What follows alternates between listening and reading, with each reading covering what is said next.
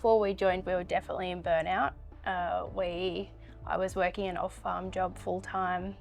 Tim was working crazy hours and we were running around like chickens with no heads. We had no systems, no processes. We didn't know our numbers. We'd often find ourselves in pretty tight cash flow situations. We were sort of just always in the reaction phase rather than doing anything proactively because we were just on the go all the time. Thought we did have a sort of a profitable business, but it quickly came to light that it was not sustainable. We were burning ourselves out at a rate of knots, so something had to give. I signed up pretty much solely for the benchmarking, thinking that was what we needed to solve our business problems, and then quickly started to learn over the next few years that that was just the drop in the ocean to what we had to address, which was great. I'm Tara and this is my husband Tim, and we originally farmed in Central West New South Wales in Oberon, and we had a prime lamb business and a meat value add business. But for the last 2 years we have lived on Kangaroo Island doing something completely different and managing corporate farm, mostly sheep and a little bit of crop. The most useful thing for me has probably been the mastermind work and just, involving yourself in the community and Farm Owners Academy.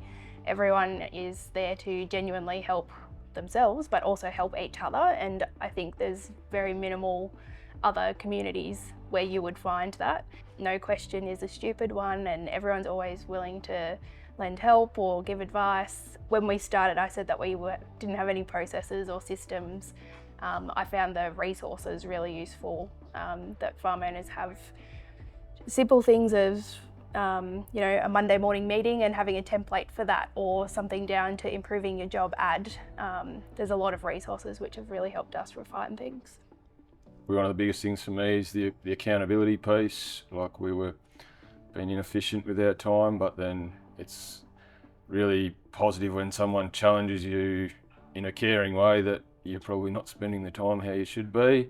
And the change in efficiency and productivity that we see off the back of that is huge.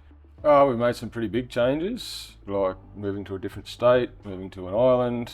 Selling all our livestock. Selling 100% of our livestock that we'd worked really hard to build up. Sold them at the bottom of the market, which was a tough pill to swallow at the time, but now in hindsight, I'd recommend, I wouldn't have it any other way. I would do it again 100 times over.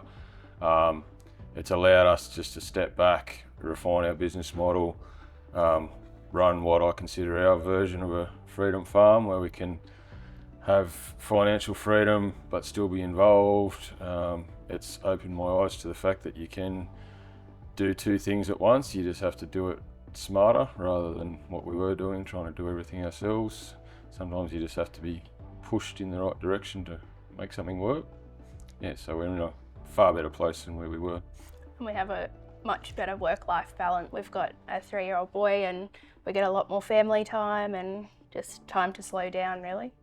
Pre-farm owners, we had a limited number of options, which we felt like we had to make one of those work, and none of them were particularly great options, to now at the point where we've got a whole range of choices of options and all of them would work. We know that.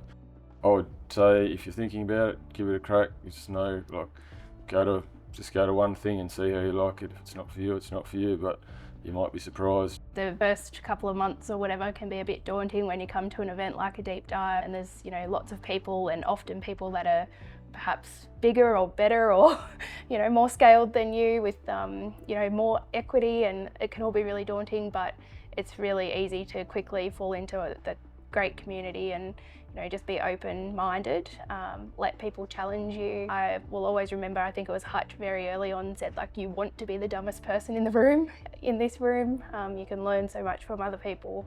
So yeah, just having an open mind and being really vulnerable and just taking on feedback, because at the end of the day, people only want to help you.